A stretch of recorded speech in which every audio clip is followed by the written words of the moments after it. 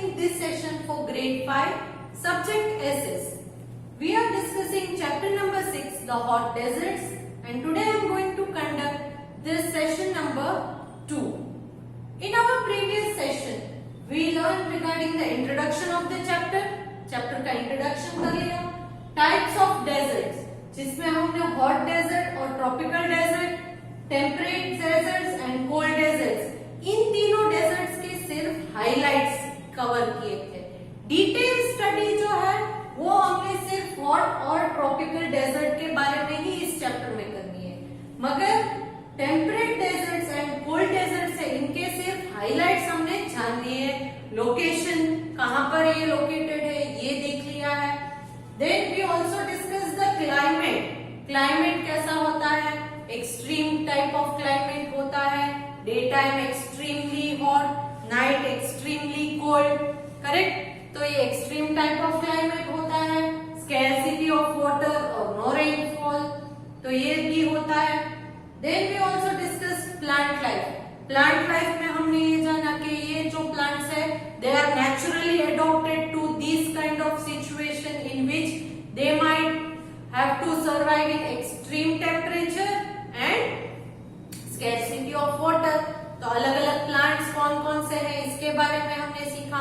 फिर एक special plant के बारे में भी हमने सीखा था, बायोबैग नाम के प्लांट में, जिसका ट्रंक जो है वो बैरल शेप का होता है, ड्रम शेप का, एंड जैसे जैसे वो ओल्ड होता जाता है वो हॉलो जो है खाली हो जाता है.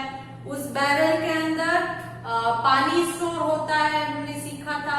Nearly 1000 litres of water it can be stored in that tree. तो ये सारी की सारी चीजें हमने ऑलरेडी डिस्कस कर ली थी. करेक्ट? ये बायोबैग ट्री कहां पर पाया जाता है? Kalahari desert of Africa and Australian desert में. ये भी हमने सीख लिया. In today's session we will learn regarding the animal life and human life. Plant life, climate कैसा है ये जान लिया. तो इस टाइप के क्लाइमेट में प्लांट कैसे जिंदा रहते हैं ये हमने सीख लिया. एनिमल्स कैसे जिंदा रहते हैं, ह्यूमन बीइंग्स कैसे जिंदा रहते हैं, ये अब हम इस सेशन में सीखेंगे. So let us start. It is there in page number 297 in your textbook. Now, animal life. There are many types of animals and insects in deserts. Deserts में भी बहुत टाइप के animals and insects, जो छोटे छोटे creatures होते हैं उन्हें insects कहते हैं. जैसे कि cockroach है, mosquitoes है, worms है, ये सारे के सारे insects हैं. Wildlife such as hyenas, foxes, jerboas, hedgehogs and insects such as scorpions and spiders are found here. तो ये सारे के सारे एनिमल्स और इंसेक्ट्स यहाँ पर होते होंगे.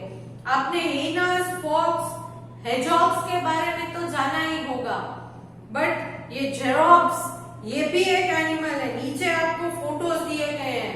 See, let me show you. hyenas, देखिए hyenas कैसे, they look like a dog. Correct? Dog और आपने शायद चीता जैसा कुछ स्पॉट्स भी देखे होंगे बॉडी के ऊपर. तो ये hyenas है. देन hedgehog, कांटे वाला दिख रहा है, ये hedgehog है. देन स्कॉर्पियन, ये तो आप बहुत फेमिलियर ही होंगे, स्कॉर्पियन तो आपने देखा ही होगा. तो ये स्कॉर्पियन है. स्पाइडर तो कभी कभी घर पर भी आपने देखे होंगे. स्पाइडर में भी बहुत वैरायटी है, मगर ये स्पाइडर्स भी डेजर्ट्स में पाए जाते हैं. And ship of the desert, कौन है ship of the desert? Camel, right. तो ये सारे के सारे एनिमल्स एंड इंसेक्ट्स डेजर्ट में पाए जाते हैं. Some of these animals sleep during the day and come out at night to avoid the heat.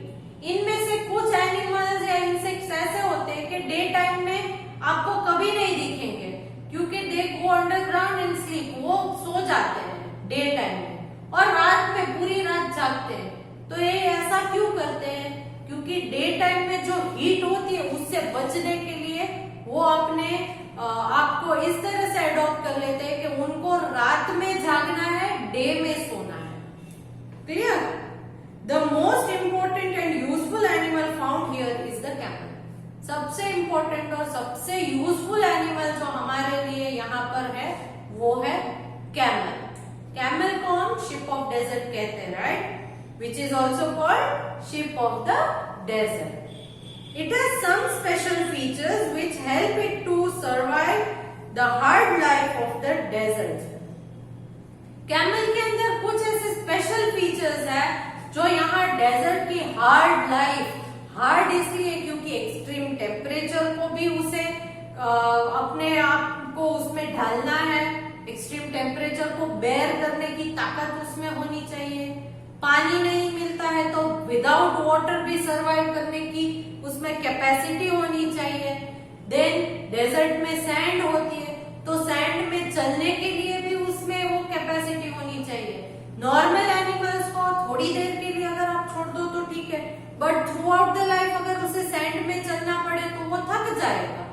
मगर कैमल के अंदर ये सारे फीचर्स, स्पेशल फीचर्स होते हैं। सो it can store water in the linen of its stomach. अपने stomach में जो लाइनिंग है, पीछे हम जैसा दिखता है, उसमें वो स्टोर करता है वाटर को, ताकि आगे जाकर अगर उसे वाटर नहीं भी मिले तो भी उसे कोई प्रॉब्लम होगी नहीं, राइट? एंड दस can survive without water for days. तो उसे कुछ दिनों तक अगर आगे पानी नहीं भी मिलेगा, बिल्कुल पानी नहीं मिलेगा, तो भी वो जिंदा रह सकता है कैमल। क्यों? क्योंकि उसे जब पानी मिलता है ना तब वो बहुत सारा पानी पी लेता है, पीता है, मगर वो क्या करता है, अपने स्टमक के अंदर जो लिनन है वहां पर उसे स्टोर करके रखता है। हम भी ऐसा ही करते हैं ना, जब भी पानी अगर आप ट्रैवलिंग पर जाते हो तो अपने साथ वाटर बॉटल या वाटर जग लेकर जाते हो, उसमें पानी स्टोर करके रखते हो। ऐसा है कि वो पानी सिर्फ एक बार में ही पी जाते हो? नहीं है, वो पानी आप 2-3 बार आपको पीने के लिए काम आए इतना आप स्टोर कर लेते हो। लॉन्ग रूट में अगर ट्रेन में जा रहे हो तो आप पानी लेकर भी जाते हो और खत्म हो गया तो खरीद भी लेते हो पानी की बोतल, करेक्ट? तो डेजर्ट में कैमल के लिए तो हर जगह पानी अवेलेबल नहीं है, तो इसीलिए उसे अपने लिए पानी जहां पर भी मिले स्टोर करना पड़ता है। वो पी भी लेता है और फ्यूचर यूज के लिए स्टोर भी कर लेता है। The camel can store food in its hump in the form of fat. Back में जो हम्प है वो अपने लिए फूड भी वहां पर स्टोर करके रख देता है। मगर वो फूड जो है वो हम जो ये काऊ है, बफेलो, वो कर्ड च्यूइंग करते हैं, आपने सीखा होगा। मतलब कि एक बार में बड़े बड़े पीस करके अंदर डाल देना, फिर नहीं शांति से जब बैठते हैं ट्री के नीचे तब वो they bring it back to their mouth and keep chewing. तो वो कर्ड च्यूइंग है, मगर ये ऐसा नहीं करता है। वो फूड जो है कैमल खा लेता है और उस फूड में से जो फैट निकलता है वो उस फैट को फूड की तरह हम्प में स्टोर करके रखता है, जो उसको एनर्जी देते रहता है। ये फैट उसे एनर्जी देते रहता है। तो फूड खा के हमें जो एनर्जी मिलती है वो इस कैमल को फूड उसने जो फैट के थ्रू स्टोर करके रखा है हम्प में, उससे एनर्जी मिलती रहती है। It has thick padded feet with long legs which help it to walk in sand. उसे thick padded feet होती है। फीट जो है वो नीचे से एकदम मोटी, एकदम चमड़ी जैसा फैट, चप्पल की जैसे लेयर होती है ना, उस तरह के पैडेड फीट होते हैं, जिससे आराम से वो सैंड में चल सके। अगर सैंड के अंदर पैर घुस भी गए एकदम डीप तो भी लॉन्ग लेग्स है, इसीलिए वो इजीली निकल भी सकता है। Its eyelids protect its eyes during sandstorms. उसकी आईलिड, कैमल की आईलिड्स जो है वो एकदम लंबी लंबी होती है, तो उसकी वजह से जो है स्टॉर्म्स, सैंडस्टॉर्म्स, क्योंकि वो डेजर्ट में रहता है तो डेजर्ट में जब विंड ब्लोती है तो उस विंड के साथ धूल भी आती है ना, तो इसकी आंखें अगर उससे डैमेज हो जाए तो इसीलिए गॉड ने उसकी आईलिड्स जो है वो इस तरह से बनाई है। It has eyelids to protect eyes during sandstorm. इसकी आईलिड्स ऐसी बनी है कि सैंडस्टॉर्म के टाइम सैंड जो है उसकी आंख में नहीं जाए and it can still walk in the desert, walk कर सकता है। अगर सैंडस्टॉर्म है तो भी उसे आईज को भी प्रोटेक्शन मिल जाएगी। Also it's small years and nostril prevent sand from entering. उसके ईयर जो है वो स्मॉल है, नॉस्ट्रिल्स मतलब नाक में जो ये होल्स है उसे नॉस्ट्रिल्स कहते हैं, वो एकदम स्मॉल है। तो भगवान ने उसे इस तरह से बनाया है कि लेग्स है वो लॉन्ग है, पैडेड है, तो चलने में इजी होगा, गर्म भी नहीं लगेगी सैंड, पैडेड है, थिक पैडेड, तो सैंड गर्म भी नहीं लगेगी। दूसरा पॉइंट, आईलिड्स इस तरह की दी है कि सैंड है वो आईज से अंदर नहीं जाएगी तो आईज प्रोटेक्टेड रहेगी। ईयर्स स्मॉल है ताकि कान में सैंड ना जाए, नॉस्ट्रिल्स भी स्मॉल है ताकि नाक में भी सैंड ना जाए। तो भगवान ने उसे इस तरह की सारे फीचर्स दिए हैं कैमल को, that it can be easily prevent itself from these types of climatic conditions in deserts. Also, its small ears and nostril prevent sand from entering. It has tough, strong lips and jaws.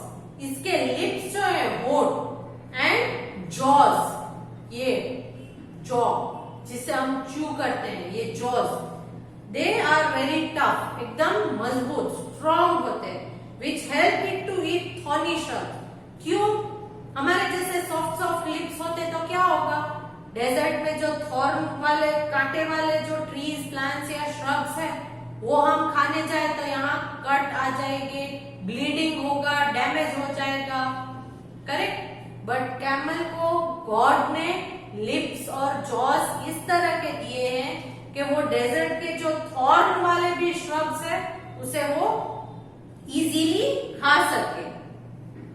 Thorny bushes and cactus without hurting itself. Cactus आपने देखा है ना, cactus कांटे वाला होता है। See here I am sharing the picture of cactus.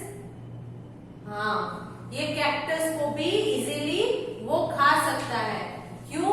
क्योंकि उसके लिप्स में इसको खाने से कट्स आएंगे नहीं। So now let us study the human life.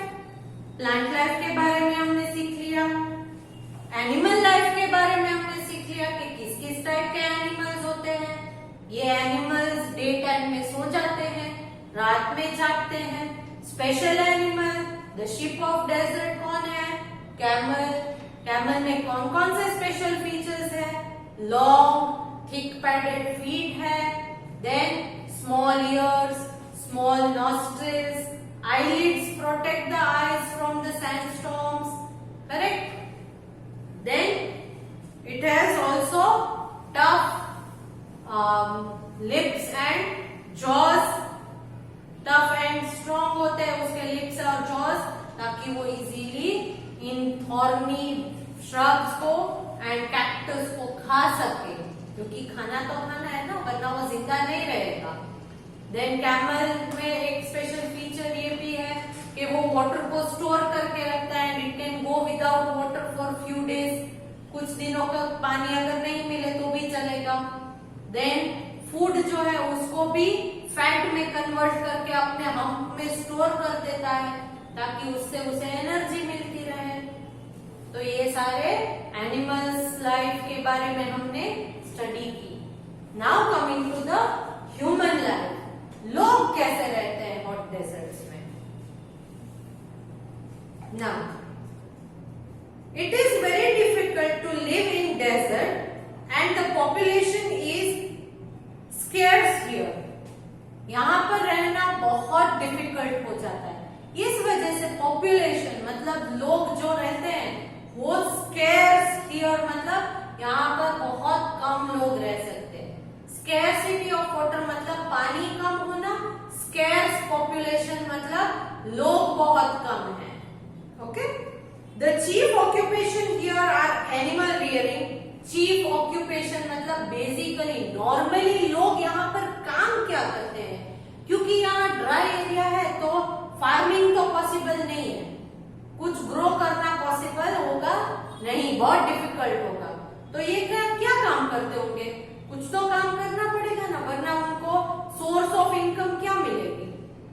जिंदा रहने के लिए, पैसे कमाने के लिए कुछ काम करना पड़ेगा। तो वो क्या काम करेंगे पैसे कमाने के लिए? एनिमल रेयरिंग, मतलब एनिमल्स को पालते हैं। ट्रेडिंग, कोई धंधा बिजनेस करते हैं, करेक्ट। फार्मिंग, थोड़ा बहुत फार्मिंग हो जाता है।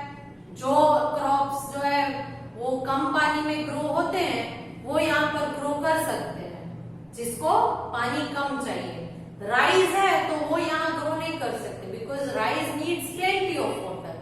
मगर जिन क्रॉप्स को कम पानी चाहिए वो यहाँ ग्रो हो सकता है। एंड माइनिंग, माइनिंग मतलब जमीन को खोद कर उनमें से मिनरल्स निकालते हैं ना, उसे माइनिंग कहते हैं। तो ये सारी चीजें जो है ये इनका मेन बिजनेस या ऑक्यूपेशन कहा जाता है, इनका काम। Some inhabitants of deserts keep sheep. Inhabitants मतलब जो यहाँ लोग रहते हैं उन्हें inhabitants कहते हैं। क्या कहते हैं? Inhabitants। तो ये some inhabitants of deserts, कुछ लोग जो डेजर्ट्स में रहते हैं, they keep, वो किसको रखते हैं? Sheep, goats, horses and camels। इन सारे एनिमल्स को वो पालते हैं। But due to scarcity of water and food or pasture for the cattle, they are forced to move from one place to another. But यहाँ scarcity of water है, पानी बहुत कम मिलता है, इसीलिए क्या होता है? फूड भी कम मिलता है और pasture मतलब जो इन एनिमल्स को खाने के लिए हम घास फूस या कुछ भी देते हैं, इसे pasture कहते हैं। ये सारी चीजें कम है, पीने के लिए पानी नहीं है, खाना नहीं है, एनिमल्स के लिए पैस्चर नहीं है, तो इस वजह से they are forced to move from one place to another. एक जगह से दूसरी जगह पर शिफ्ट करना पड़ता है उन्हें। जहां कहीं भी पानी मिले वहां चले जाते हैं, पानी खत्म हो गया तो दूसरी जगह जाना पड़ता है। Okay, they live in tents and wherever they go they carry their belongings with them. वो परमानेंट हाउसेस हमारी तरह पक्के मकान नहीं बनाते, वो टेंट्स में रहते हैं ज्यादातर, और अपनी सारी की सारी बिलोंगिंग्स मतलब अपनी सारी चीजें, अपने एनिमल्स हैं या अपने घर की कोई भी सामान, वो अपने साथ लेकर ही घूमते रहते हैं, क्योंकि कोई सेटल्ड लाइफ ज्यादातर होती नहीं है। The Bedouins of North Africa and Arabia and the Tuaregs of Western Sahara lead a life like this. So ये Bedouins of North Africa and Arabia, ये सारे ट्राइब्स है, लोगों के ट्राइब्स के नाम है। Bedouins of Africa and North Africa and Arabia and Tuaregs of Western Sahara, Sahara desert के वेस्टर्न साइड के, ये लोग इस तरह की लाइफ लीड करते हैं, शिफ्टिंग, इस जगह से उस जगह टेंट्स में रहते हैं, कोई परमानेंट हाउस पक्का मकान नहीं होता है। The tent of Bedouins is made from goat और camel skin and hence can easily be carried from one place to another in search of an oasis. तो इनके टेंट्स जो है वो किस चीज से बने होंगे? इनके टेंट्स जो है वो गोट या कैमल की स्किन के कपड़े से बने होते हैं। कैमल की स्किन जो है उसको यूज करके वो टेंट का कवर करते हैं, या तो गोट की स्किन या कैमल की स्किन। क्यों? क्योंकि इनमें वो कैपेसिटी होती है कि डेजर्ट के गर्मी को और ठंडी को सहन कर सके इन कपड़ों में। नॉर्मल आप प्लास्टिक या कैनवास लगाओगे तो धूप में वो कुछ टाइम के बाद फट जाएगा। ओके, तो कैमल की स्किन, गोट की स्किन, इससे वो अपने टेंट का कवर करते हैं एंड इजीली कैरी भी हो जाती है। इसे फोल्ड करके बाद में जहां वो जाते हैं, शिफ्ट करते हैं, वहां लेकर जाते हैं टेंट को अपने साथ। कहां पर शिफ्ट होंगे वो? जहां पर ओएसिस हो। ओएसिस क्या है? Oasis is a place in desert where there is water and where plants grow. Oasis एक ऐसी जगह है डेजर्ट में कि जहां पर ग्राउंड वाटर जो है वो ऊपर सरफेस पर आ जाता है, तो पूरे डेजर्ट में जहां पर भी कहीं पानी मिले तो उस जगह को ओएसिस कहेंगे। और क्योंकि वहां पानी है तो उसके सराउंडिंग एरिया में कुछ प्लांट्स भी ग्रो होंगे ना, तो वो इनको फायदामंद रहेगा। तो इस वजह से उन्हें जहां पर भी ओएसिस दिखे वो अपने आप को वहां शिफ्ट कर देते हैं और अपने साथ अपने सारे बिलोंगिंग्स, टेंट्स, एनिमल्स सबको ले जाते हैं। Next, trading is conducted on camel backs. Trading मतलब बिजनेस करना, कुछ बेचने जाना है, खरीदने जाना है, तो ये सारा का सारा कैमल बैक मतलब कैमल के ऊपर बैठकर ट्रैवल करके ट्रेडिंग करते हैं। मर्चेंट्स और ट्रेडर्स मतलब व्यापारी, मर्चेंट मतलब व्यापारी, बिजनेसमैन जो बिजनेस करते हैं, move from place to place with their goods. वो एक जगह से दूसरी जगह अपने गुड्स, अपने सामान को लेकर ही घूमते हैं, जहां मौका मिले वहां बेचना शुरू कर देते हैं। हम जैसे यहाँ मॉल्स है तो मॉल्स में स्पेसिफिक शॉप्स है, तो उस ब्रांड का, फॉर एग्जांपल आप रिलायंस ले लो तो रिलायंस की शॉप में सारे रिलायंस के आइटम्स मिलेंगे, मगर इनके लिए कोई स्पेसिफिक जगह नहीं है। कैमल की बैक के ऊपर सारा अपना गुड लगाकर बेचने के लिए निकल जाते हैं। The items in demand are, कौन कौन सी आइटम्स बहुत बिकती है, डिमांड बहुत ज्यादा है इन आइटम्स की, वो कौन सी आइटम है? रग्स मतलब ओढ़ने के लिए जो रजाई होती है वो, कारपेट्स नीचे जमीन पर हम लगाते हैं वो, डेट्स मतलब खजूर आप खाते होंगे, रोप्स रस्सी, एंड फूड ग्रेन, खाने के लिए फूड ग्रेन तो चाहिए। तो ये सारी चीजें हैं जो ये लोग बेचते हैं। कौन कौन सी चीजें? Rugs, carpets, dates, ropes and food grains. The use of camel is gradually diminishing now and jeeps and vans are being used instead.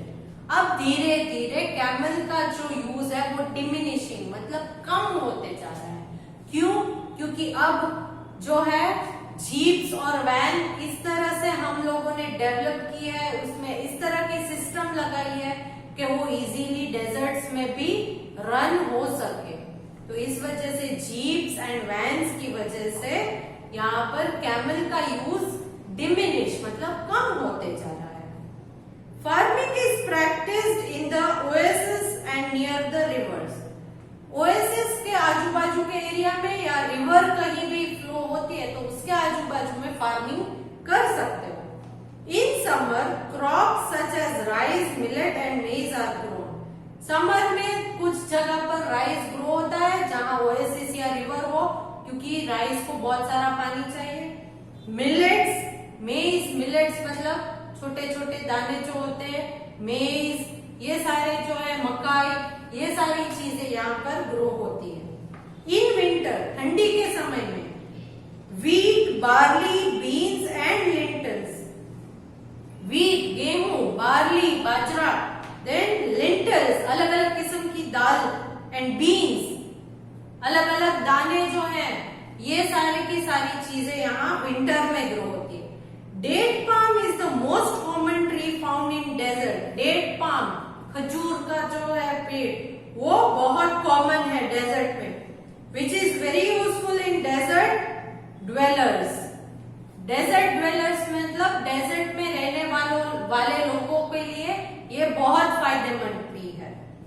The fruit of the tree is rich in vitamins and sugar. या ये date palm का जो fruit है वो बहुत अच्छा है क्योंकि उसमें बहुत क्वांटिटी में विटामिन्स एंड शुगर मिलता है। Correct? The seed is fed to the cattle and the stem is used for making ropes. तो ये डेट पाम का जो ट्री है उसके सीड्स जो है, बीज, उसको कैटल को खिलाया जाता है और उसकी जो स्टेम है उसमें से रोप बनाए जाते हैं, रस्सी बनाई जाती है। Mining is also an important activity here. तो यहाँ पर डेजर्ट में माइनिंग भी एक इम्पोर्टेंट एक्टिविटी है, एक इम्पोर्टेंट काम है। The Sahara Desert is rich in iron ore. Sahara desert जो है पर आयरन ओर मतलब आयरन का जो कच्चा माल है उसे आयरन ओर कहते हैं। क्यों ओर मतलब क्योंकि उस आयरन के साथ कुछ और मिनरल्स भी मिक्स होते हैं, मगर आयरन क्योंकि ज्यादा क्वांटिटी में है इसीलिए उसका नाम आयरन ओर दिया जाता है। तो iron ore, copper, petroleum and natural gas ये सारे के सारे जो है वो सहारा डेजर्ट में पाए जाते हैं। Copper and nitrate are found in the Atacama desert. Copper और नाइट्रेट जो है वो अटकामा डेजर्ट में बहुत क्वांटिटी में है। Iran, Iraq, Kuwait and Saudi Arabia are rich in petroleum. तो ये सारे के सारे Iran, Iraq, Kuwait, Saudi Arabia ये सारे के सारे जगह पर पेट्रोलियम जो है वो बहुत ज्यादा पाया जाता है। तो इस तरह से लोग यहाँ पर जिंदगी बिताते हैं, शिफ्टिंग करते रहते हैं एक जगह से दूसरी जगह। ओके, टेंट्स में रहते हैं। टेंट का जो कवरिंग है वो गोट की स्किन या कैमल की स्किन से बनाया जाता है। कैमल के बैक के ऊपर अपने गुड्स को रख के ट्रेड के लिए जाते हैं। धीरे धीरे कैमल का यूज कम हो गया है, जीप एंड वैन आ गई है, मगर इनिशियली तो कैमल पर ही करते थे। करेक्ट। तो ये सारी चीजें हैं जो इन डेजर्ट्स में स्पेशली हॉट डेजर्ट्स में ह्यूमन लाइफ को इस तरह से लीड करने के लिए होती है। Clear? So here we come to the end of this chapter. यहाँ पर इस चैप्टर को हमने एंड कर दिया है। क्लियर? नेक्स्ट सेशन में मैं इस चैप्टर की टेक्स्ट बुक एक्सरसाइज आपसे सॉल्व करवाऊंगी। तो आप उससे पहले इस चैप्टर को एक बार कंप्लीटली रीड कीजिएगा। करेक्ट। कुछ न्यू वर्ड्स आपने सुने होंगे तो उन्हें प्रोनाउंसिएट करने को सीखिएगा। एंड एक्सरसाइज हम जब सॉल्व करें तब आपको उनके आंसर इजीली मिल जाएंगे अगर आप वीडियो सुनेंगे, अच्छे से समझेंगे और चैप्टर रीड करेंगे तो। क्लियर? सो आई होप के इस वीडियो के साथ जो मैं पीडीएफ आपको भेज रही हूँ fill in the blanks base, जिसमें इसी सेशन में मैंने जो एक्सप्लेन किया वही ब्लैंक्स पूछूंगी, तो आप टेक्स्ट बुक में से देख के उन ब्लैंक्स के आंसर लिखोगे। अगर डिफिकल्ट लग रहा है तो आप अपने पेरेंट्स से या फ्रेंड्स के साथ डिस्कस करके आंसर्स लिख सकते हो। Okay, so I hope you complete your work on time with good handwriting and no spelling mistakes. So see you for the next time. Bye.